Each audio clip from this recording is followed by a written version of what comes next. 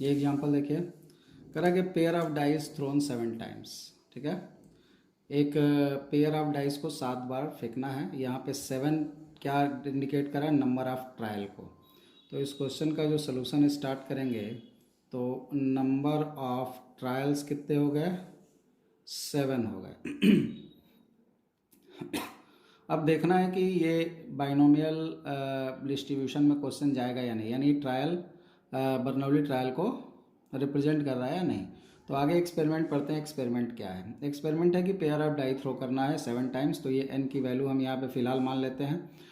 To getting a total of 7 is considered a success. 7 total आना, total 7 का मतलब हो गया कि दोनों डाइस पे जो नंबर आएगा उनका सम 7 होना चाहिए। तो दोनों डाइस पे जो नंबर आएंगे उनका सम 7 आना एक सक्सेस है, और 7 न आने का मतलब फेल्योर हो गया। तो यहाँ सक्सेस या फेल्योर हो गया, 2 हो गए।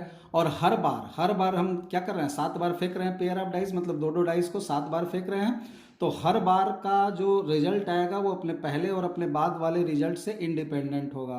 ठीक है, यहाँ पर अगर हम बात करें कि टोटल क्या हो सकता है सैंपल स्पेस, तो टोटल सैंपल स्पेस कितना हो सकता है, टोटल सैंपल स्पेस 1 1 हो सकता है, 1 2 हो सकता है, और इसी तरह से ये टोटल 6 6 तक जा सकता है। यानी number of element in sample space 36 होंगे। ये तो आपको पता है 2 डाई थ्रो करने पर। इसमें जो हमारा इवेंट है रिजल्ट का सम 7 आए, उसके लिए क्या क्या हो सकता है, तो उसके लिए 1 6 आ जाए तो भी 7 हो जाएगा, 6 1 आ जाए तो भी 7 हो जाएगा, 2 5 आ जाए तो भी 7 हो जाएगा, 5 2 आ जाए तो भी 7 हो जाएगा, 3 4 आ जाए तो भी 7 हो जाएगा, और 4 3 आ जाएगा तो भी 7 हो जाएगा। इसके अलावा 7 आने का और कोई चांस नहीं बनता है। तो टोटल यहाँ पे 7 आने की जो प्रोबेबिलिटी है वो प्रोबेबिलिटी ऑफ सक्सेस है। तो probability of success in one trial, एक ट्रायल में सक्सेस की जो प्रोबेबिलिटी है वो क्या हो जाएगी, एक ट्रायल में सक्सेस की प्रोबेबिलिटी मतलब पीई। तो पी कितना हो जाएगा, 1 2 3 4 5 6, 6/36, यानी कितना 1/6। ठीक है, अब यहां पर यही 1/6 किसकी वैल्यू को इंडिकेट करेगा, P की वैल्यू को इंडिकेट करेगा। और Q किसके बराबर होता है, 1 - 1/6 के बराबर, यानी किसके बराबर 5/6। ये Q हो गया। अब इस क्वेश्चन में अपने पास N मिल गया, P मिल गया, Q मिल गया। ठीक, अब हमारे पास जो क्वेश्चन है वो क्या कह रहा है, देखो नो सक्सेस, मतलब सक्सेस एक बार भी नहीं मिला। मतलब तुम 7 बार पेयर ऑफ डाइस को अगर थ्रो किए और एक बार भी टोटल 7 नहीं आया, यानी दोनों का सम एक बार भी 7 नहीं आया, इसका मतलब हमको क्या निकालना है, प्रोबेबिलिटी x = 0 निकालना है, मतलब 0 सक्सेस के लिए। इसके लिए फार्मूला हमने क्या बताया था, 0 सक्सेस के लिए तो NC 0 हो जाएगा। R सक्सेस के लिए फार्मूला NCR होता है, सक्सेस टू दी पावर 0, क्योंकि एक बार भी सक्सेस नहीं मिला, और फेल्योर टू दी पावर क्या, N। टोटल N मतलब हर बार फेल्योर हुआ। यहाँ N का काम कौन कर रहा है, 7। तो रिजल्ट क्या हो जाएगा, 7C0। P की वैल्यू कितनी हो गई, 1/6 का पावर 0। Q की वैल्यू हो गई 5/6 का पावर 7। तो रिजल्ट हो जाएगा 7C0 की वैल्यू 1 हो जाएगी, और रिजल्ट हो जाएगा 5/6 टू दी पावर 7। दूसरा जो इसका क्वेश्चन है, ये पहले का रिजल्ट हो गया। दूसरे क्वेश्चन का रिजल्ट कह रहा है क्या, 6 सक्सेस। 6 सक्सेस का क्या कंडीशन हो गया, मतलब Px = 6, यानी 7 बार जो हम एक्सपेरिमेंट ट्राई कर रहे हैं उसमें 6 बार सक्सेस हो जाए। तो 7C6, P का पावर 6, और अगर 6 बार सक्सेस हो गया तो फेल कितनी बार होगा, एक बार। वैल्यू पुट कर दो, 7C6 1/6 टू दी पावर 6 और 5/6 टू दी पावर 1। ये रिजल्ट हो गया। थर्ड वाला क्वेश्चन का रिजल्ट क्या हो जाएगा यहाँ एटलीस्ट 6 सक्सेस, एटलीस्ट मैंने कम से कम 6 सक्सेस, कम से कम 6 से 6 सक्सेस का मतलब कि greater than are equal to 6, 6 या 6 से बड़ा, कम से कम 6 मतलब 6 या 6 से बड़ा। तो क्या क्या हो जाएगा, ये Px = 6, मतलब 6 सक्सेस मिले या 7 सक्सेस मिले। अब 7 ही बार एक्सपेरिमेंट कर रहे हैं तो 8 बार तो सक्सेस मिलेगा नहीं। तो एटलीस्ट 6 का मतलब 6 बार सक्सेस मिल जाए, या सातों का सातों बार सक्सेस मिल जाए। अब इसकी वैल्यू कितनी हो जाएगी, 7C6 P to the power 6 Q to the power 1। और 7C7 P to the power 7 और Q to the power 0। Value भर लेंगे सबकी, रिजल्ट आ जाएगा। चौथा क्वेश्चन करा है एटमोस्ट 6 सक्सेस। अब एटमोस्ट 6 सक्सेस का मतलब क्या हुआ? एटमोस्ट 6 सक्सेस का मतलब कि x less than are equal to 6, अधिक से अधिक 6 से कम। तो क्या क्या हो जाएगा? ये हो जाएगा पी एक्स बराबर 0 प्लस पी एक्स बराबर 1 plus dash dash dash dash कहाँ तक पी एक्स बराबर 6। ये एटमोस्ट 6 हो गया। एटमोस्ट वाली कंडीशन ज़्यादा बेटर होगी अगर हम 1 minus P X is equal to 7 कर दें, क्योंकि पी 0 1 2 3 4 5 6 7 सबकी प्रोबेबिलिटी का सम 1 आएगा, और हमको सम कहाँ से कहाँ तक निकालना है? 0 से 6 तक का। तो उससे बढ़िया है कि हम 1 में से 7 वाला माइनस कर दें, तो एटमोस्ट 6 का रिजल्ट आ जाएगा। तो ये क्या हो जाएगी? समझ में आ रही है बात? एटमोस्ट 6 का मतलब अधिक से अधिक 6। अधिक से अधिक 6 मतलब 0 1 2 3 4 5 6। 6 से ज़्यादा नहीं हो सकता, 6 से कम हो सकता है। तो 0 सक्सेस भी हो सकता है, 1 सक्सेस भी, 2 सक्सेस भी, 3 सक्सेस भी, 4 5 6 भी। सबको जोड़ देंगे तो एटमोस्ट 6 आ जाएगा।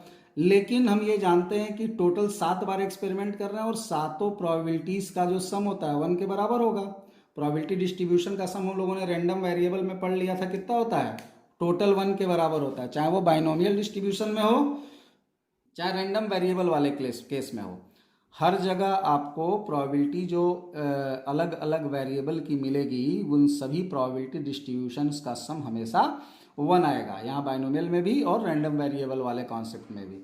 तो यहाँ पर अगर हम सबका सम 1 पा रहे हैं तो हम 1 में से 7 घटा दें तो वो बेटर देन है कि सब अलग अलग जोड़ें। अब 0 1 2 3 4 5 6 सबको जोड़ने से अच्छा है कि 1 में से सीधे 7 वाला घटा देते हैं। तो इसका रिजल्ट हो जाएगा 1 minus 7C7 P to the power 7 और Q टू दी पावर 0। अब सबकी वैल्यू यहाँ पे रख देंगे, यही हमारा क्या हो जाएगा? रिजल्ट हो जाएगा। ठीक है, तो इस तरीके से हम लोग बाइनोमियल डिस्ट्रीब्यूशंस के क्वेश्चन को सॉल्व कर सकते हैं।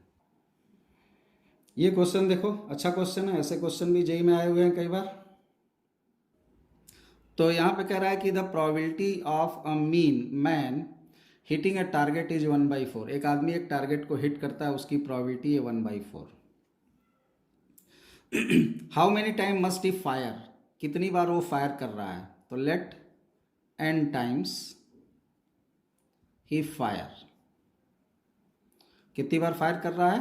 n times. ठीक है, n हमको फाइंड करना है। So that the probability of his hitting the target at least once is greater than 2/3। अब बताओ, अगर कोई आदमी किसी टारगेट को हिट कर रहा है तो क्या होगा? या तो टारगेट पर फायर करने पे टारगेट हिट होगा या हिट नहीं होगा। तो यहाँ पर क्या हो गया? आइदर सक्सेस मिलेगा या फेल्योर मिलेगा। प्रोबेबिलिटी पी दी हुई है, और अगर टारगेट हिट किया जा रहा है तो हर बार, मान लो एक बंदूक में अगर वो गुब्बारा फोड़ने वाली बैलून जो आप लोग लगता है फेयर वगैरह में अगर उसमें आप जाते हो और हिट करते हो, फायर करते हो, तो उस कंडीशन में क्या होता है? या तो बैलून पे जा कर के उसकी बुलेट लगती है या नहीं लगती है। तो अगर मान लो कि पहले राउंड में अगर बुलेट ने बैलून को हिट कर दिया, तो क्या दूसरे राउंड में भी हिट करेगा या तीसरे में भी हिट करेगा? या पहले में नहीं हिट किया तो क्या दूसरे में भी हिट नहीं करेगा? ऐसा कुछ नहीं बोला जा सकता। यानी मिला जुला कर कहने का ये मतलब हुआ कि हर बार एक्सपेरिमेंट जब आप करेंगे, हर बार आप बुलेट से अगर गन से अगर बुलेट फायर करेंगे, तो हर चांस में आपका बुलेट से बलून को फोड़ने की जो कंडीशन होगी वो independent to previous and after जो एक्सपेरिमेंट होगा उससे इंडिपेंडेंट होगी। तो इंडिपेंडेंट भी हो गई, दो ही चांस भी हुए, आइदर सक्सेस और फेल्योर। ठीक है, तो अब यहाँ क्वेश्चन में कह रहा है कि इस क्वेश्चन को हम लोग कंडीशनली देखें तो ये बाइनोमियल में उठा करके ले जा सकते हैं, बाइनोमियल डिस्ट्रीब्यूशन में कितनी बार हम लोग टारगेट को हिट करें, कह रहा है क्वेश्चन में कितनी बार टारगेट को हिट करें कि एटलीस्ट वंस यानी कम से कम एक बार टारगेट हिट होना 2/3 से बड़ा हो। अब ये बताओ, probability target hitting at least once मतलब क्या क्या होगा? Probability target hitting at least once, इसका क्या मतलब हुआ? इसका मतलब probability x should be greater than और इक्वल टू 1। कम से कम एक बार हिट होना चाहिए। कम से कम एक बार हिट होने का मतलब क्या हुआ कि एक बार या दो बार या तीन बार या चार बार या n बार, हमने n मान रखा है कि n बार हम एक्सपेरिमेंट को ट्राई कर रहे हैं। तो इसका मतलब ये हुआ कि हम एक से लेकर के और n तक सबको ऐड कर देंगे तो एटलीस्ट 1 आएगा। यानी हम इसको ऐसे भी लिख सकते हैं 1 माइनस पी एक्स बराबर 0। क्या इसका मतलब हुआ? टोटल सबका सम तो 1 आता है।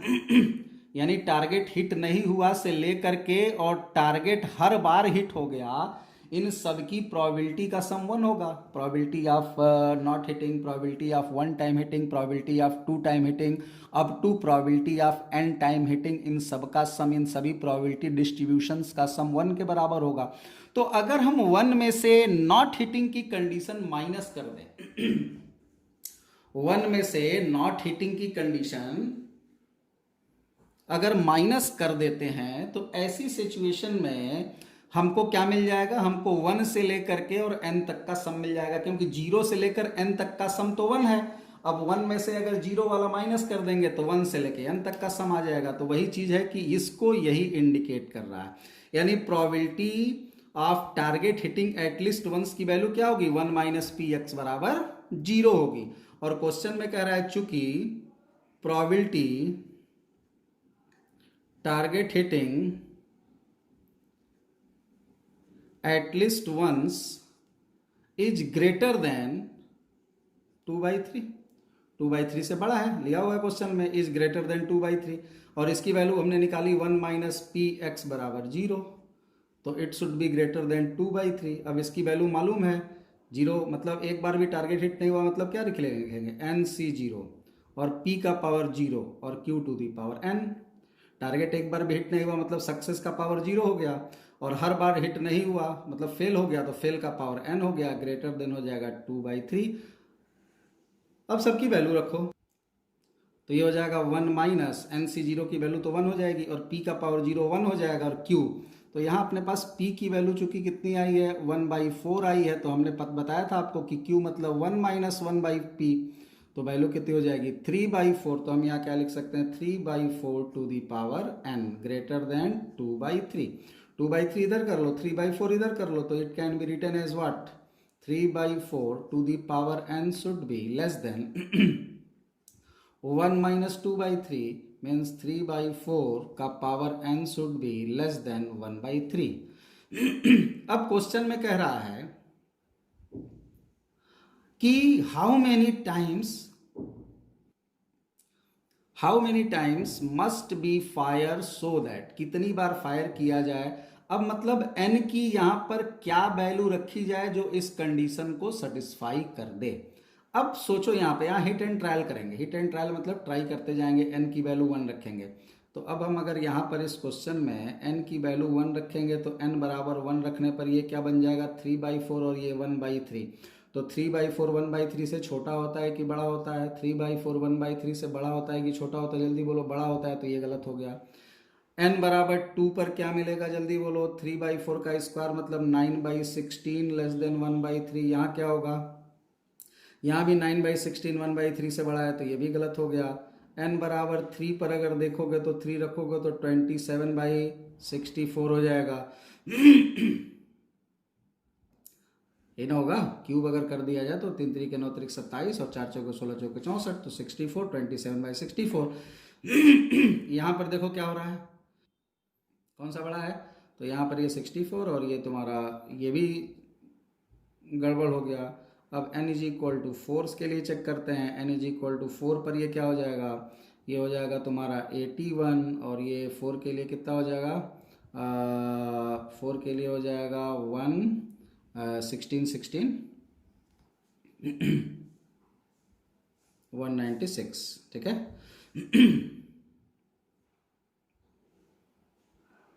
नहीं सॉरी, 16 के लिए क्या हो जाएगा? 16 3 6 1 जा 6 और 3 कितना हो जाएगा? 9, और ये हो गया 6 और ये हो गया 1, तो कितना हो जाएगा? 6 और ये 5 और ये 256। ठीक, और ये 1/3। अब जरा देखो इसमें कौन बड़ा है? 156 और 3 यहाँ पे। अब इसी तरह से तुमको वैल्यू चेक करते चली जानी पड़ेगी कि कौन सी वैल्यू n की ऐसी आएगी जो इस रिलेशन को सेटिस्फाई कर दे। ठीक है, तो लाइन से सबको चेक करने की ज़रूरत नहीं है, ओरल भी आप एक आइडिया लगाते चले जाओगे तो यहाँ पर तुमको वैल्यू मिलेगी 3 8 3 24 और 243 और 256 में 256 से बड़ा हो गया। यहाँ पर ये वाली वैल्यू सेटिस्फाई कर रही है तो n की वैल्यू यहाँ पे क्या हो जाएगी 4 हो जाएगी आंसर। ठीक है, यहाँ पर n की वैल्यू में कह रहा है कि how many time must be fire, कितनी बार हमको फायर करना चाहिए। तो कम से कम हमें कितनी बार फायर करना पड़ेगा, 4 बार। 4 बार से कम अगर फायर करेंगे तो कंडीशन फेल हो रही है। ये देखो इस रिलेशन को सेटिस्फाई नहीं कर रहा है। अगर हम 1 ले रहे हैं तो सेटिस्फाई नहीं हो रहा है, 2 ले रहे हैं तो भी सेटिस्फाई नहीं हो रहा है, 3 ले रहे हैं तो भी सेटिस्फाई नहीं हो रहा है, 4 ले रहे हैं सेटिस्फाई हो रहा है, और 4 के बाद सबके लिए सेटिस्फाई होगा। यानी ये क्वेश्चन अगर मोर देन 1 में पूछ दे और n की वैल्यू पूछ दे और n के लिए अगर ऑप्शन में 4 या 4 से बड़ी वैल्यूज हो तो सबको हम लोग सही टिक लगाएंगे। ठीक है, क्वेश्चन में अगर पूछ देगा कि मिनिमम कितनी बार हिट किया जाए तो मिनिमम कितनी बार मतलब सबसे छोटा n का कौन सा वैल्यू है जो कंडीशन को सेटिस्फाई करेगा, तो सबसे छोटी वैल्यू क्या हो जाएगी 4। ठीक है, एटलीस्ट यानी at least value of trial should be 4। और अगर एटलीस्ट न बोल करके केवल पूछे कि कितनी बार फायर करना चाहिए तो 4 या 4 से ज़्यादा बार जब भी फायर करोगे इस कंडीशन को सेटिस्फाई करेगा। मतलब इसका क्वेश्चन 4 भी होगा, 5 भी होगा, 6 भी होगा, 7 भी होगा, 4 से बड़े जितने भी नंबर होंगे नंबर ऑफ ट्रायल्स वो सभी इस क्वेश्चन के रिजल्ट हो जाएंगे। लेकिन क्वेश्चन पूछने का तरीका अगर चेंज कर दे, पूछ दे कि मिनिमम हाउ मेनी टाइम तो मिनिमम हाउ मेनी टाइम अगर बोल देगा तो मिनिमम यहाँ पर n की सबसे कम नंबर ऑफ ट्रायल जो वैल्यू आएगी वो 4 के इक्वल होगी। ठीक है, ये भी सेम वैसा ही क्वेश्चन है। क्वेश्चन को पढ़ के दो, the probability of man hitting a target is 1/2। Hitting a target की प्रोबेबिलिटी 1/2 मैंने p की वैल्यू 1/2 दी हुई है। How many time must he fire मतलब n की वैल्यू पूछ रहा है, हाउ मेनी टाइम मतलब नंबर ऑफ ट्रायल पूछ रहा है। So that the probability of hitting the target at least once is more than 90%। तो अभी पीछे एटलीस्ट 1 का मतलब हमने बता दिया है 1 - px बराबर 0। एटलीस्ट 1 मतलब 1 या 1 से ज़्यादा, 1 या 1 से ज़्यादा मतलब 1 - 0। इस पे पीछे भी चर्चा हुई है। इज मोर देन मतलब बड़ा है किससे, 90% मतलब 90/100। इसकी वैल्यू क्या हो जाएगी 1 - nc0 p to the power 0 और q to the power n should be greater than 9/10। Same वैसे इस क्वेश्चन को भी कर लेंगे। 1 - nc0 की 1 वैल्यू हो गई, p का पावर 0 खत्म हो गया, ये 1/2 का पावर n ग्रेटर देन 9/10 हो गया। इसको हम लोग क्या लिख सकते हैं 1/2 to the power n should be less than 1/10। अब यहाँ पे n की वैल्यू निकालनी है तो n की वैल्यू 1 रखोगे तो 1/2 1/10 ये गलत हो जाएगा। तो n1 नहीं हो सकता, n2 भी नहीं हो सकता क्योंकि 1/4 रहेगा, n3 भी नहीं हो सकता क्योंकि 1/8 रहेगा। n अगर 4 लिखोगे तो क्या हो जाएगा, n अगर 4 लिखोगे तो 1/16 हो जाएगा और 1/16 1/10 से छोटा होता है। तो यही तुम्हारा मिनिमम आंसर हो गया। मतलब n की मिनिमम वैल्यू 4 होनी चाहिए, 4 या 4 से अधिक कुछ भी इस क्वेश्चन का रिजल्ट हो सकता है। अगर क्वेश्चन में बोल देता कि how many minimum number of time must be fire तो मिनिमम नंबर ऑफ टाइम में आंसर 4 हो जाता। और अगर how many times must be fire बोलता तो 4 या 4 से बड़ा जो भी ऑप्शन में रिजल्ट रहेगा उन सभी को हम लोग आंसर में टिक करेंगे। ठीक है, अब थोड़ी सी हम लोग बात कर लेते हैं यहाँ पे बाइनोमियल डिस्ट्रीब्यूशंस के मीन और वेरिएंस की। तो क्वेश्चन प्रैक्टिस कर लीजिएगा बाइनोमियल डिस्ट्रीब्यूशन का, एनसीईआरटी से भी कर लीजिएगा, क्वेश्चन बैंक से भी कर लीजिएगा। अब थोड़ी बात करते हैं mean and variance of binomial distribution. ठीक है, अब यहाँ mean and variance of binomial distribution में क्या हम लोग को करना है, देखो सीधे सीधे फार्मूला याद रखो। इफ n क्या है, number of trials, number of trial है, p है प्रोबेबिलिटी ऑफ सक्सेस, q है प्रोबेबिलिटी ऑफ फेल्योर। तो यहाँ पर मीन का वैल्यू होता है, फार्मूला होता है np। ठीक है, मीन का फार्मूला क्या होता है np। n और p का प्रोडक्ट कर दोगे सीधे सीधे, यानी नंबर ऑफ ट्रायल और प्रोबेबिलिटी ऑफ सक्सेस का प्रोडक्ट ये मीन देता है।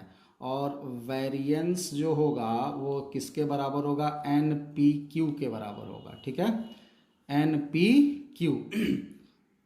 ये दोनों फार्मूले हैं जिनको आपको याद रखना है। इसका मीन और variance binomial distribution random variable के मीन और वेरिएंस से आसान होता है। इसके डायरेक्ट ये सिंपल फार्मूले हैं। एक रिलेशन यहाँ पे ध्यान रखिएगा कि mean will be greater than are equal to variance. ठीक है, मीन हमेशा वेरिएंस से बड़ा या बराबर होगा।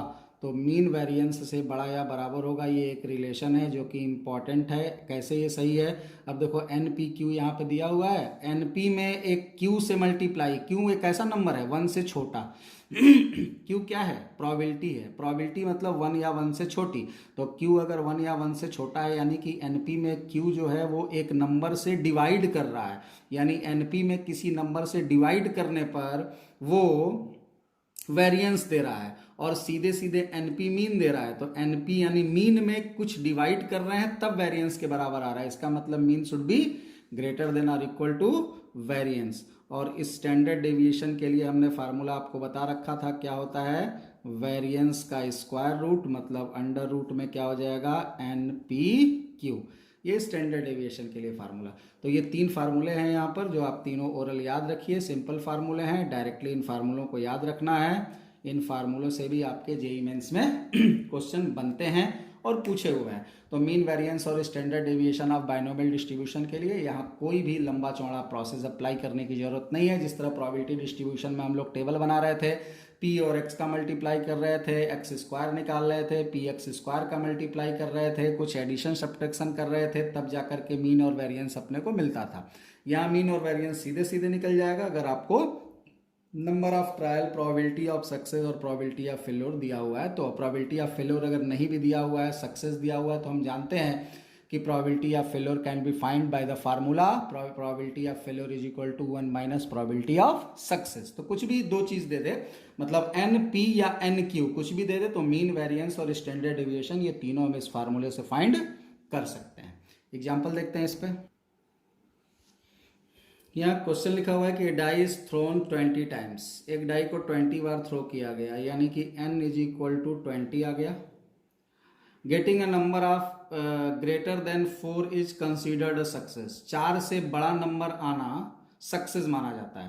तो सबसे पहले सैंपल स्पेस, डाई को 20 बार फेंक रहे हैं तो 20 बार से नहीं मतलब है, पी हम लोग किसको लेते हैं, प्रोबेबिलिटी, हर एक एक्सपेरिमेंट का सक्सेस, हर एक बार किए गए एक्सपेरिमेंट का सक्सेस।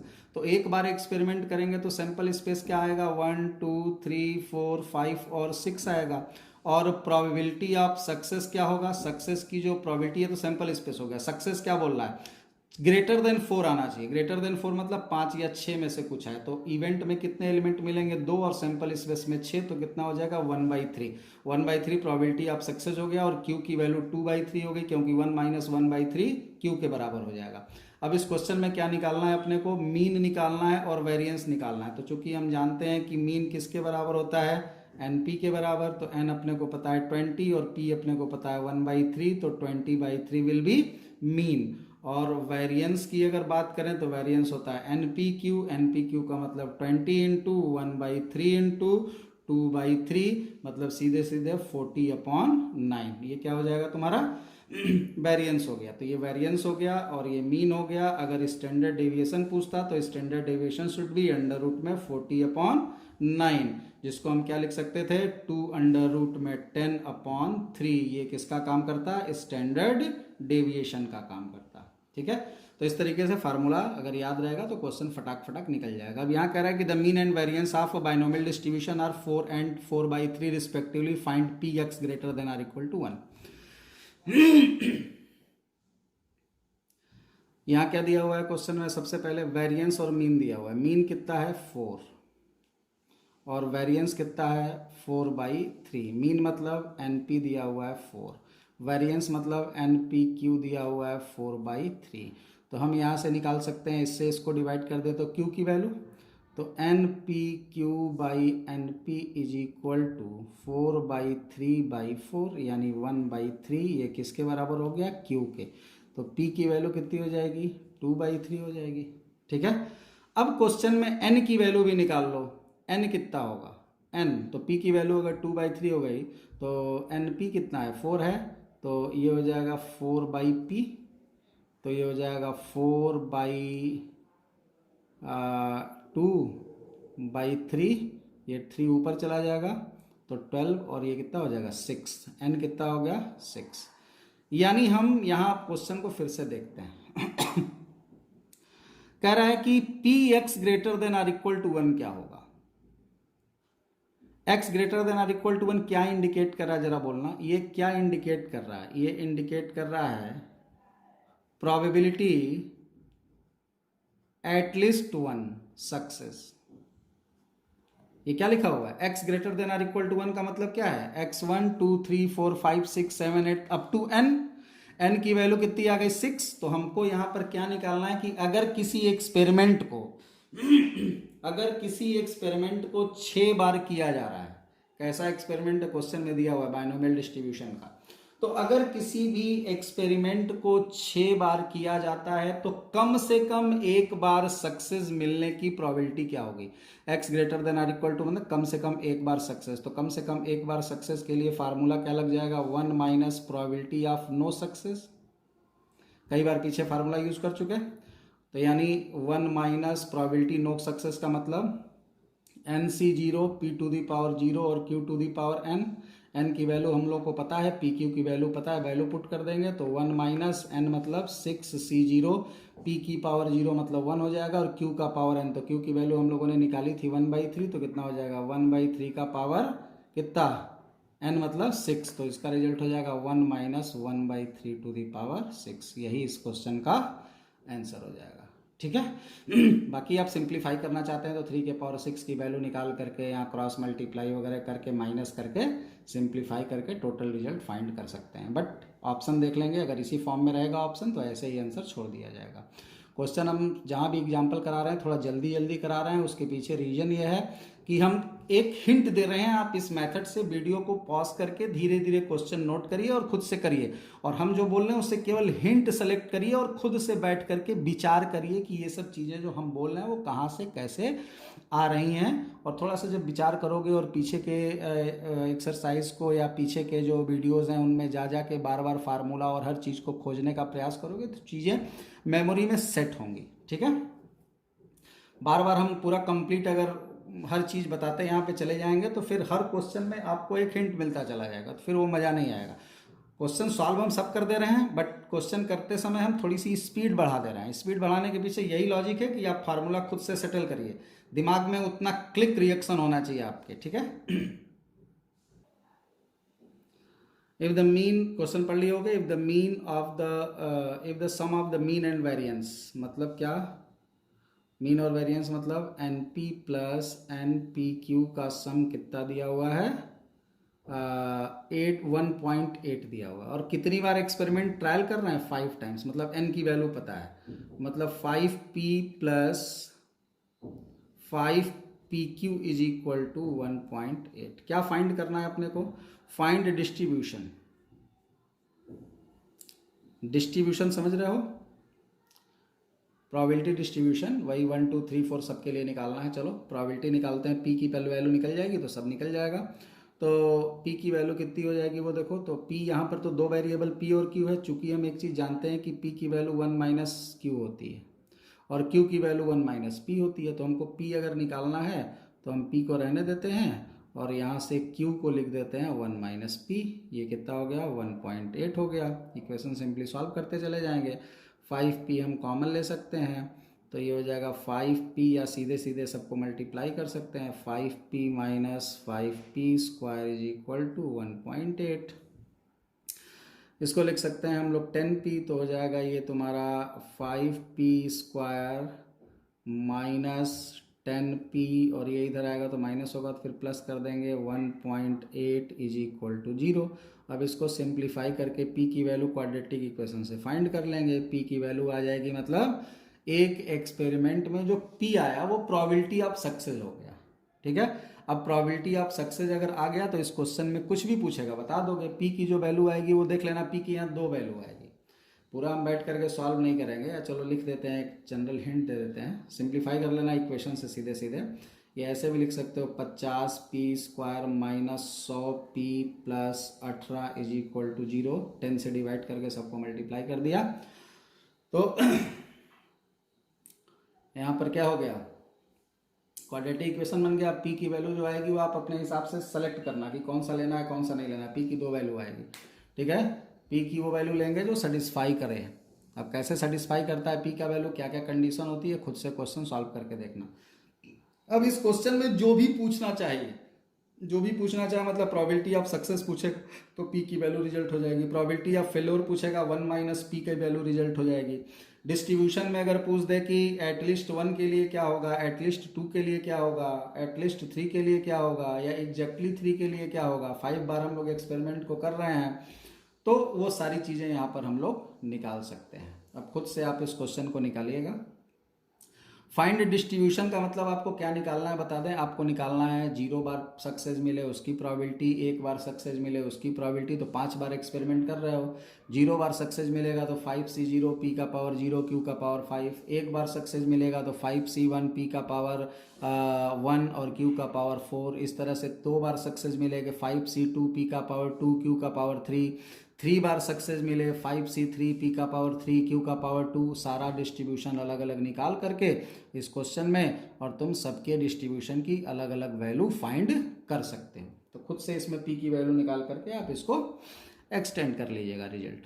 अगला क्वेश्चन यहाँ पे कह रहा है if two dice roll 12 times of 10, 12 time roll कर रहे हैं 2 डाई को, मतलब n इज इक्वल टू 12 हो गया। The mean and variance of the distribution of success is getting a total greater than 4 is considered as success. ये question homework में देते हैं, ट्राई करना खुद से, देखना क्या होता है। नहीं आने पर फिर इस क्वेश्चन को नेक्स्ट वीडियो में हम लोग डिस्कस करेंगे, ठीक है। तब तक आप इसको ट्राई करिए, देखिए क्या कह रहा है, नोट कर लीजिएगा क्वेश्चन वीडियो पॉज करके। Okay, thank you. सिलेबस हम लोग का ऑलमोस्ट प्रोबेबिलिटी का जेई पॉइंट ऑफ व्यू से और एनसीईआरटी पॉइंट ऑफ व्यू से, बोर्ड पॉइंट ऑफ व्यू से ख़त्म हो चुका है। कुछ ज्योमेट्रिकल प्रोबेबिलिटीज़ भी होती हैं जो आपके ना तो आईटी के सिलेबस में है ना ही आपके बोर्ड के सिलेबस में है। अलग से उसका वीडियो डाल करके हम उसको अपलोड कर देंगे, ज़रूरत पड़ने पे आप उसको देख सकते हैं। अभी फ़िलहाल सिलेबस पॉइंट ऑफ व्यू से जेई और बोर्ड की प्रिपरेशन की बात की जा रही है, तो यहीं तक हम लोग का टोटल सिलेबस है। इसी को कायदे से आप प्रिपेयर करिए, क्वेश्चन की प्रैक्टिस करिए। ऑलमोस्ट क्वेश्चंस आप जेई के भी लगा जाइए, बोर्ड के जो एनसीईआरटी के क्वेश्चंस हैं विथ एग्जांपल उनको भी कंप्लीट करिए। जो भी डाउट होगा उसको फिर से हम लोग आगे डिस्कस करेंगे। और कुछ एक्स्ट्रा जो टॉपिक्स हैं प्रोबेबिलिटी से रिलेटेड जो अभी फ़िलहाल आपके काम के बहुत नहीं आने वाले हैं, फिर भी उनकी अगर आप जानकारी चाहते हैं तो उसको अपलोड किया जाएगा, उनको अलग से आप देख सकते हैं जनरल नॉलेज के लिए। यहाँ पे क्वेश्चन कह रहा है, कुछ एग्जांपल्स हम लोग और कर लेते हैं। A student appear for test 1, 2, 3। एक स्टूडेंट है जो 3 टेस्ट में अपीयर करता है, फर्स्ट, सेकंड, थर्ड में। The student is successful if he pass either in test first, second और test first, third. The probability of student passing first, second, third are PQ and 1/2 respectively. If the probability that the student is successful is 1/2, तो P और Q की value क्या होगी, यहाँ option दिया हुआ है। पहले हम थोड़ा क्वेश्चन आपको एक्सप्लेन कर देते हैं, फिर इसका सोल्यूशन बताते हैं। क्वेश्चन में कह रहा है कि एक स्टूडेंट पास होता है, स्टूडेंट पास, ठीक है।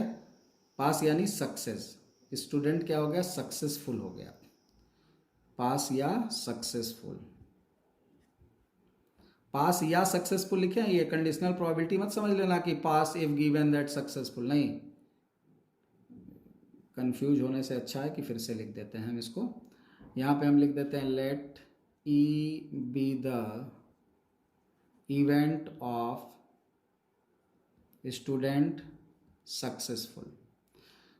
स्टूडेंट सक्सेसफुल है, इसका इवेंट ई है, तो प्रोबेबिलिटी ऑफ ई क्या हो जाएगा, 1/2। क्वेश्चन में दिया हुआ है पास की प्रोबेबिलिटी या सक्सेस की प्रोबेबिलिटी 1/2 है। अब ये स्टूडेंट सक्सेस होगा कब? स्टूडेंट को 3 टेस्ट दिया जाता है, फर्स्ट टेस्ट, सेकंड टेस्ट और थर्ड टेस्ट। 3 टेस्ट देना है। फर्स्ट टेस्ट में पास होने की प्रोबेबिलिटी दिया हुआ है P, सेकेंड टेस्ट में प्रोबेबिलिटी दिया हुआ है पास होने की Q, और थर्ड टेस्ट में प्रोबेबिलिटी दिया हुआ है पास होने की 1/2। ये ऊपर देखो दिया हुआ है फर्स्ट सेकेंड और थर्ड टेस्ट में, यहाँ सॉरी यहाँ लिखा है फर्स्ट सेकेंड और थर्ड टेस्ट में पास होने की प्रोबेबिलिटी PQ एंड 1/2 है रिस्पेक्टिवली। ठीक है, अब क्वेश्चन में कह रहा है स्टूडेंट पास कब माना जाता है। तो student is called successful, student को हम सक्सेसफुल कब बोलते हैं, कब, जब वो फर्स्ट और सेकेंड टेस्ट में पास हो जाए, मतलब pass in first and second both, या pass in first and third both, and मतलब इंटरसेक्शन।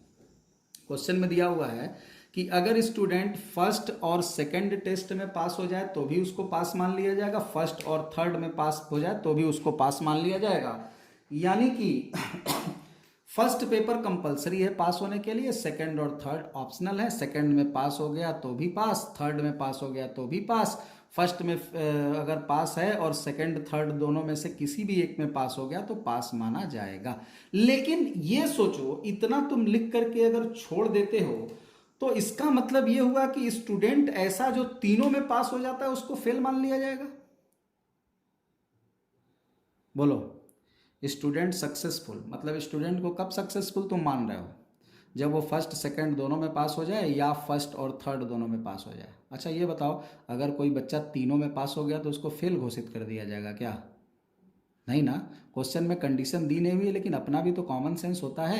अगर कोई बच्चा 3 टेस्ट दे रहा है फर्स्ट सेकंड थर्ड, और बोल दिया गया उसको कि बेटा तुम फर्स्ट में पास हो जा और सेकंड और थर्ड में से किसी भी एक में पास हो जा, तो तुमको पास मान लिया जाएगा। मान लो वो बच्चा मेहनती है और तीनों में पास हो गया तो बोलेगा कि फेल कर दें उसको? नहीं ना।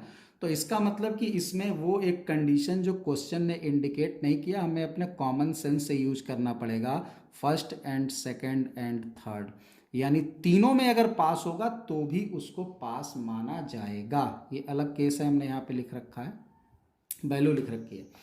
अब ये सारे केस इंडिपेंडेंट हैं। इंडिपेंडेंट के मैं बच्चा बताओ तो इंडिपेंडेंट इसलिए हैं क्योंकि कोई बच्चा अगर फर्स्ट टेस्ट में पास होता है तो अब वो सेकंड में पास होगा कि फेल होगा, ये तो पहले वाले पे डिपेंड नहीं करेगा। ठीक है, इसीलिए इंडिपेंडेंट और इंडिपेंडेंट हम तो हम इसको लिख सकते हैं P first into P second, क्योंकि इंटरसेक्शन प्रोडक्ट में कन्वर्ट हो जाता है। P first into P third, यहाँ भी इंटरसेक्शन प्रोडक्ट में कन्वर्ट हो जाएगा। P first into P second into P third. यहाँ पर बच्चे ये गलती अक्सर करते हैं ऐसे क्वेश्चन में। ठीक है, ये जो क्वेश्चन यहाँ पर था उसमें ये वाला टॉपिक बच्चे छोड़ देते हैं, यही दोनों आपस में जोड़ देते हैं। तो ये अपना कॉमन सेंस भी तो यूज करो यार, कि कोई बच्चा अगर तीनों में पास हो गया तो हम फेल थोड़ी बोलेंगे उसको। ठीक है, तो इसलिए छोटी छोटी चीज़ों को ध्यान में रखना पड़ेगा आपको खुद अपने से भी। अब इसकी प्रोबेबिलिटी अपने को दी हुई है P1, P भी दिया हुआ है, P कितना दिया हुआ है 1/2 दिया हुआ है। तो P के जगह यानी सक्सेसफुल होने की प्रोबेबिलिटी टोटल 1/2 है। 1 में प्रोबेबिलिटी P है, 2 में Q है, प्लस 1 में P है, 3 में 1/2 है, प्लस इसमें फिर फर्स्ट में इसकी वैल्यू P है, फिर उसकी वैल्यू Q है, फिर वैल्यू 1/2 है। ये एक इक्वेशन यहाँ पर मिला। ठीक है, अब इसको थोड़ा सा और हम लोग सिंप्लीफाई करते हैं। तो ये क्या लिख सकते हैं इसको, PQ/2 PQ, तो कितना हो जाएगा 3PQ/2 और plus P/2 is equal to 1/2, यानी यहां से इक्वेशन मिल जाएगा 3PQ plus P is equal to 1। बोलो, अब हमें वैल्यू तो P और Q दोनों की निकालनी है। यहाँ पर वैल्यू हमको P और Q दोनों की निकालनी है ना। और PQ अगर दोनों की वैल्यू निकालनी है तो यहाँ एक चीज़ और ध्यान में रखना होगा। क्या ध्यान में रखना होगा? वो ये ध्यान में रखना होगा कि हमको दो वैल्यू निकालने के लिए दो इक्वेशन चाहिए। तो यहाँ पर हम Q की वैल्यू 1 - P नहीं लिख सकते, ये बाइनोमियल डिस्ट्रीब्यूशन का क्वेश्चन नहीं है। ठीक है, यहाँ पर ये मत बोल देना कि सर P और Q की वैल्यू निकालनी है तो एक इक्वेशन ये आ गया, दूसरा हम Q बराबर 1 - P मान लेते हैं ना, ये गलत हो जाएगा। यहाँ पर आपका P प्लस Q 1 के बराबर होगा, ऐसा कोई कंडीशन इस क्वेश्चन में दिखाई नहीं दे रहा है। फर्स्ट टेस्ट में पास होना और सेकंड टेस्ट में पास होने की प्रोबेबिलिटी का सम 1 होगा, ऐसा कोई यहाँ पे कंडीशन नहीं है। ठीक है, तो इसलिए ऐसा काम मत करना यहाँ पे। अब यहाँ एक ही इक्वेशन मिला तो कैसे चेक करेंगे, तो इसमें ऑप्शन दिया हुआ है, आप ऑप्शन से वैल्यू उठा उठा करके देख लेंगे कि कौन सा ऑप्शन सेटिस्फाई कर रहा है हमारे इस इक्वेशन को, वही रिजल्ट हो जाएगा। तो पहला वाला देखो जरा रख करके, पी और क्यू दोनों की जगह 1 रखो तो ये 3 1 4 हो जाएगा, नहीं सेटिस्फाई करेगा। 1/2 रख के देखो, 1/2 रखोगे तो ये 3/4 हो जाएगा और ये 1/2 हो जाएगा, ये भी नहीं होगा। 1 और 0 रख के देखो, 1 और 0 तो p के जगह 1 और q के जगह 0 रख दो तो ये 1 = 1, ये सेटिस्फाई कर सकता है। और यहाँ पर p1 और q 1/2 तो p1 और q 1/2 रख करके देखो, ये सेटिस्फाई कर रहा है। तो जो सेटिस्फाई करेगा उसको हम लोग यहाँ पर रिजल्ट ले लेंगे, ठीक है। इस क्वेश्चन को थोड़ा पढ़ के देखो। 100 identical coins each with probability p of showing up head and tossed once. 100 सिक्के हैं एक जैसे, ठीक है। हेड आने की प्रोबेबिलिटी जो है वो p है। यहाँ हेड आने की प्रोबेबिलिटी 1/2 नहीं दिया हुआ है, p दे दिया है। यानी कि ये जरूरी नहीं है कि सिक्का फेयर हो। अगर लिख देता कि फेयर कॉइन है और तब लिखता कि probability of coming head is p, तो हम p की वैल्यू खुद ही जान जाते कि यहाँ p की वैल्यू 1/2 है। बात समझ रहे हो ना। यहाँ p की वैल्यू नहीं तुम निकाल सकते, क्योंकि क्वेश्चन में ये कहीं नहीं लिखा हुआ है कि सिक्का फेयर है, ठीक है। फेयर सिक्का अगर होगा तो p की वैल्यू खुद ब खुद 1/2 हो जाएगी। लेकिन अगर सिक्का फेयर नहीं है, अनफेयर क्वाइन है, तो वहां पर हेड आने की या टेल आने की प्रोबेबिलिटी इक्वली लाइकली होगी, ऐसा कहना पॉसिबल नहीं है। और यहाँ पर कॉइन फेयर है या नहीं ये बिल्कुल कहीं क्वेश्चन में आइडेंटिफाई नहीं किया गया है। बात समझ में आ गई। अब क्वेश्चन को आगे देखते हैं। 100 टाइम कॉइन टॉस कर रहे हैं, हर बार हेड आने की प्रोबेबिलिटी p दी हुई है। अगर हेड नहीं आया इसका मतलब प्रोबेबिलिटी 1 - p, क्योंकि या तो हेड आएगा या तो टेल आएगा, कॉइन है और हेड आने की प्रोबेबिलिटी अगर p है तो हेड न आने की प्रोबेबिलिटी यानी टेल आने की प्रोबेबिलिटी 1 - 1/p होगी। यानी यहाँ पर और हर एक चीज और, हर सिक्के में हेड या टेल आना वो दूसरे वाले सिक्के से इंडिपेंडेंट होगा। नंबर ऑफ ट्रायल, हम 100 बार सिक्का उछाल रहे हैं तो n = 6 है, जिसको काउंट भी कर सकते हैं। तो मिला जुला कर हम ये बोल सकते हैं कि ये एक्सपेरिमेंट कहीं ना कहीं बर्नौली ट्रायल की तरह ट्रीट होगा, यानी बाइनोमियल डिस्ट्रीब्यूशन का इस्तेमाल हम लोग यहाँ पे कर सकते हैं अगर चाहें तो। अब क्वेश्चन को आगे पढ़ते हैं, क्या कर रहा था। Probability of head showing up on 50 coins, 50 सिक्के पर। क्वेश्चन में सोल्यूशन क्या कह रहा है, probability of head up 50 coins, 50 सिक्के पर हेड आए ऊपर, उसकी प्रोबेबिलिटी इक्वल होगी प्रोबेबिलिटी 51 कॉइन पे हेड आए। हेड अप 51 कॉइन्स, 50 सिक्के पर हेड आने की प्रोबेबिलिटी जितनी है उतनी ही प्रोबेबिलिटी 51 सिक्के पर भी हेड आने की है, मतलब दोनों आपस में इक्वल है, क्वेश्चन में दे दिया है। तो p की वैल्यू किसके बराबर होगी। अब 50 सिक्के पर हेड आने की प्रोबेबिलिटी मतलब 100 बार तुम सिक्का उछाल रहे हो और 50 पर हेड आ रहा है। हेड आने की प्रोबेबिलिटी कितनी है p, तो p का पावर 50, और अगर p बार हेड आ गया तो क्या होगा, q मान लेते हैं कि हेड ना आने की प्रोबेबिलिटी। तो अगर 100 में 50 बार हेड आ गया तो बाकी बचा 50 बार हेड नहीं आएगा, यानी q का पावर 50। और यहाँ 51 में क्या हो जाएगा, 100C51, यहाँ पर हेड आने की प्रोबेबिलिटी 51 है तो p सक्सेस माने हैं, probability of showing head up, तो p का पावर 51 और q का पावर यहाँ 49 हो जाएगा, क्योंकि अगर 51 बार सक्सेस हुआ तो 49 टाइम फेल होगा। अब इन दोनों को सिंप्लीफाई करके p की वैल्यू निकालेंगे। यहाँ पर चूंकि बाइनोमियल डिस्ट्रीब्यूशन है, हम यहाँ पे q की वैल्यू 1 - p लिख सकते हैं। क्यों, क्योंकि या तो हेड आएगा या तो हेड नहीं आएगा, दो ही कंडीशन ही बनेगी। तो दो कंडीशन बन रही है, तो अगर p is the probability of success then 1 - p is the probability of failure. That means if p is the probability of coming up head then q is the probability of coming up tail. तो अब इसमें हमको q की value हम 1 - p लिख सकते हैं, मतलब इस पूरे इक्वेशन में वेरिएबल के नाम पे केवल q है। सिंप्लीफाई करेंगे तो रिजल्ट आ जाएगा। खैर हम यहाँ पर अभी इसको कैंसिल करते हैं तो यहाँ पे p बच जाएगा, इसको कैंसिल करेंगे तो यहाँ पे q बच जाएगा, यहाँ पर 100C51 बचेगा, यहाँ 100C50 बचेगा। अब इसको हम लिख सकते हैं q/p is equal to, p इधर ले आए, इसको उधर ले जाएंगे तो 100C51 को लिख सकते हैं 100 फैक्टोरियल अपॉन 51 फैक्टोरियल और 49 फैक्टोरियल इंटू ये इधर जाएगा तो 100 फैक्टोरियल नीचे हो जाएगा और ऊपर हो जाएगा 50 फैक्टोरियल 50 फैक्टोरियल 100 100 कैंसिल हो गया। 51 को हम लोग यहाँ लिख सकते हैं, यहाँ ऊपर वाले को 50 फैक्टोरियल और यहाँ 50 इंटू 49 फैक्टोरियल और नीचे लिख सकते हैं 51 इंटू 50 फैक्टोरियल इंटू 49 फैक्टोरियल। ये कट गया, ये भी कट गया, कितना बचा Q by P is equal to 50/51। अब Q को क्या लिख सकते हैं 1 minus P by P is equal to 50 और यहाँ 51। अब P से दोनों को डिवाइड कर देते हैं तो 1 by P minus 1 is equal to 50 यहाँ 51। सिंप्लीफाई करो, 1 उधर ले जाकर जोड़ दो तो 1 by P is equal to 1 add हो जाएगा तो 101 और नीचे 51। तो यहाँ उलट दोगे तो P की वैल्यू हो जाएगी 51/101। ये तुम्हारा रिजल्ट हो जाएगा आंसर। ठीक है, तो इस तरीके से हम लोग इस क्वेश्चन को सॉल्व कर सकते हैं। बाकी आप फिर से क्वेश्चन नोट करके और खुद से ट्राई करिएगा, जेईई में इस तरह का क्वेश्चन भी आया हुआ है। इस क्वेश्चन को जरा देखो, कह रहा the probability of India winning a test match against West Indies is 1/2। India West Indies के खिलाफ एक मैच जीती है, उसकी प्रोबेबिलिटी 1/2 है। ठीक है, तो प्रोबेबिलिटी हो गया 1/2 जीतने की प्रोबेबिलिटी, तो हारने की प्रोबेबिलिटी भी 1/2। ठीक है, मैच ड्रॉ नहीं हो रहा है कहीं लिखा नहीं हुआ है ड्रॉ वगैरह का कॉन्सेप्ट। ड्रॉ का कॉन्सेप्ट जिस क्वेश्चन में भी रहेगा, क्वेश्चन में दिया रहेगा कि मैच ड्रॉ होने का भी कंडीशन इतना है, उस पर भी क्वेश्चन आया हुआ है जेईई में।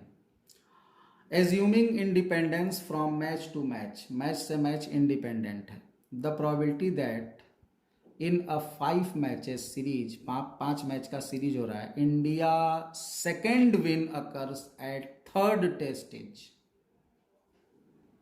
क्वेश्चन का मतलब समझो, मैच 5 बार हो रहा है और इंडिया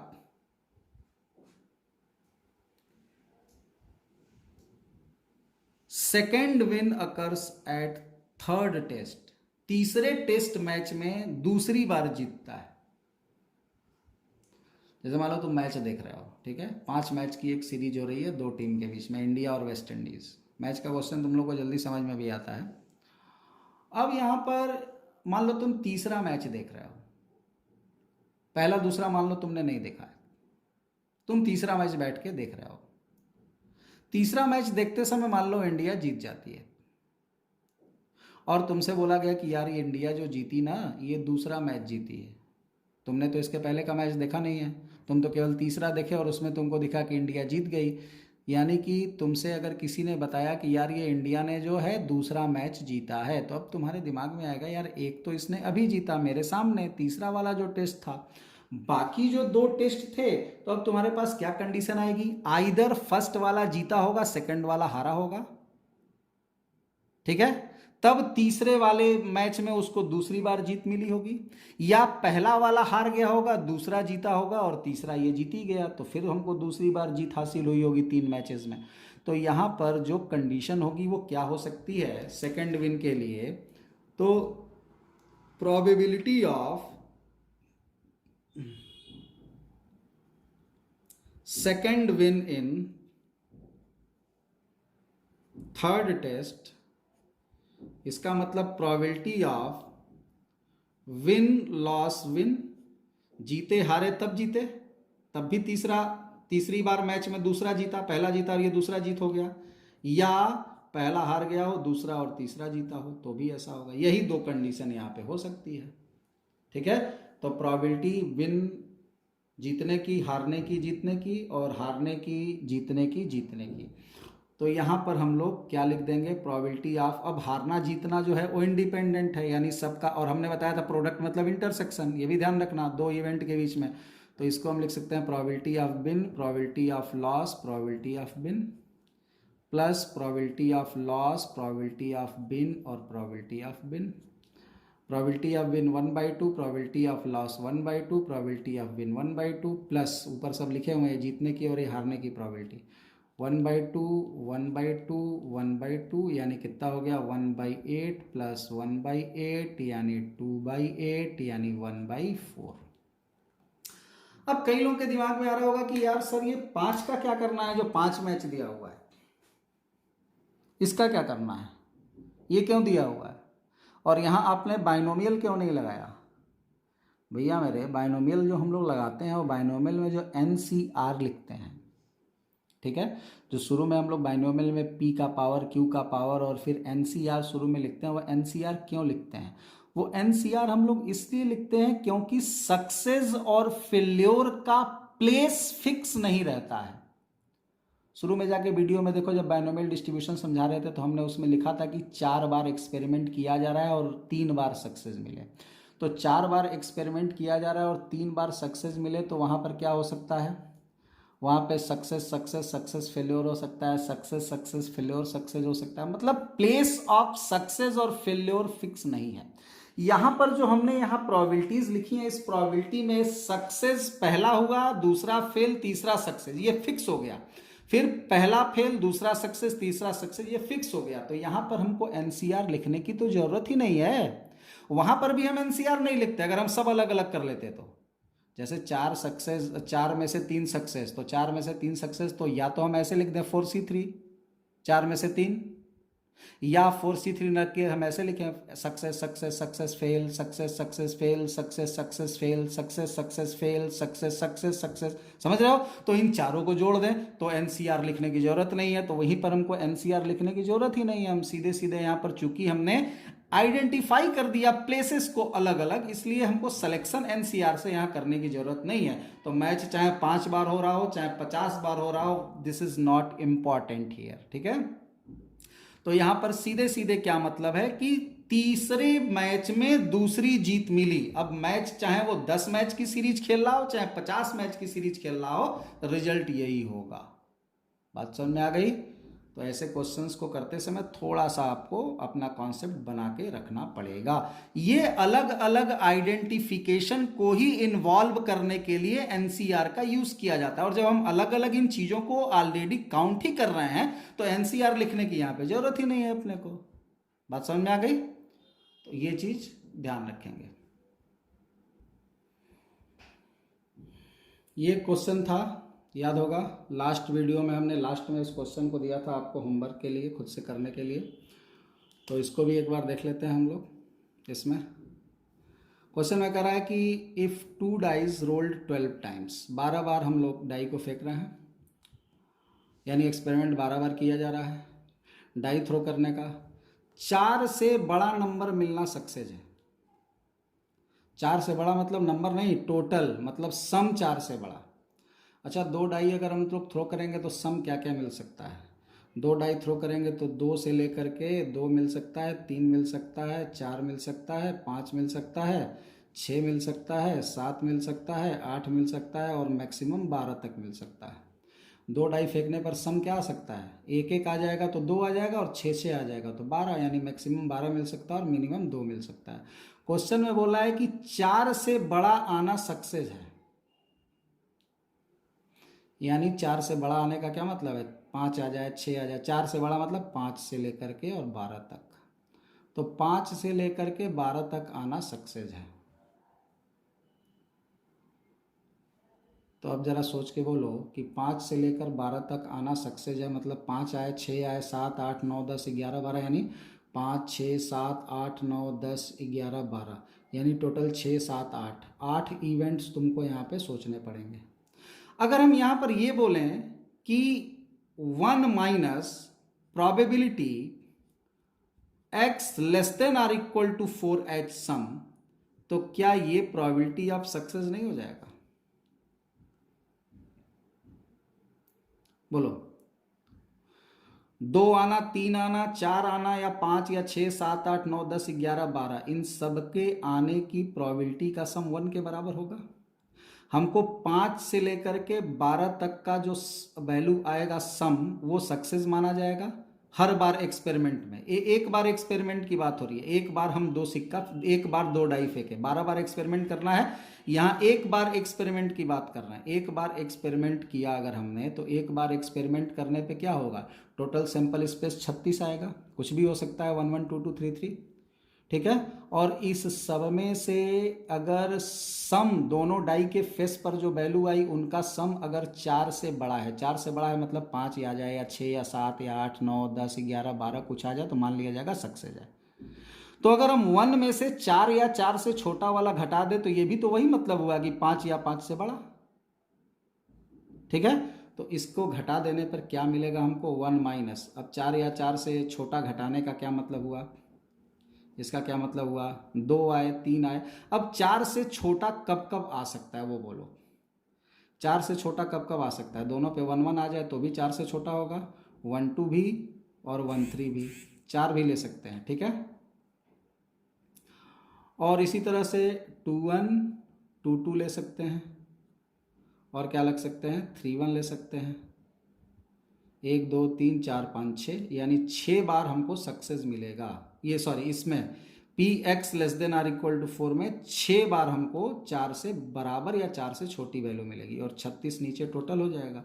तो ये वैल्यू कितनी हो जाएगी, 1 माइनस 1/6 मतलब 5/6। तो 5/6 हमारा टोटल सक्सेस होगा। या तुम सीधे अगर अलग से जोड़ते तो टोटल तुम्हारा सैंपल स्पेस कितना होगा, 36, और 36 में 6 बार जो वैल्यू मिल रही है वो 4 या 4 से कम मिल रही है, तो बाकी कितने बचे, 30। तो 30 बार तुमको 4 या 30 बार तुमको 4 से बड़ा सम मिलेगा। तो 30 टोटल 36 में से अगर 6 बार 4 या 4 से छोटा सम आ रहा है तो 36 टोटल है। तो उसके बड़े के लिए कितना होगा, 36 माइनस 6 यानी 30, तो 30/36 तो 5/6 उस तरह भी निकाल सकते थे, ठीक है। तो ये किसकी वैल्यू आ गई, ये सक्सेस की प्रोबेबिलिटी यानी पी आ गया। हर बार एक्सपेरिमेंट में सक्सेस ये होगा। और फेल्योर क्या होगा, फेल्योर हो जाएगा 1 माइनस पी, यानी कितना, 1/6। सक्सेस नहीं हुआ तो फेल्योर हुआ, क्योंकि या तो 4 से बड़ा आएगा या 4 से बड़ा नहीं आएगा। तो 4 से बड़ा आना सक्सेस है और 4 से बड़ा न आना फेल्योर है। तो फेल्योर का 1/6 हो गया। हमको मीन निकालना है, तो मीन इज इक्वल टू हम जानते हैं NP होता है, N की वैल्यू 12 है, P की वैल्यू 5/6 है, तो कट जाएगा तो 10 आ जाएगा। वेरिएंस निकालना है, वेरिएंस की वैल्यू NPQ होती है, NP की वैल्यू 10 आ गई है, Q की वैल्यू 1/6 आ गई है, तो 10/6 तुम्हारा वेरिएंस हो जाएगा, ठीक है, यानी 5/3 तुम्हारा वेरिएंस हो जाएगा। इस तरीके से हम लोग मीन और वेरिएंस के क्वेश्चंस को सॉल्व कर सकते हैं। तो ट्राई करते रहिए। बाकी कुछ एक्स्ट्रा टॉपिक के अलग वीडियो डाले जाएंगे, प्रोबेबिलिटी के क्वेश्चंस के साथ साथ थ्योरम भी कंप्लीट कर दिए गए हैं। आप क्वेश्चंस करिए, क्वेश्चन में जो डाउट होंगे उसके हिसाब से उनके वीडियोस और आपको मिलते रहेंगे, ठीक है। Thank you.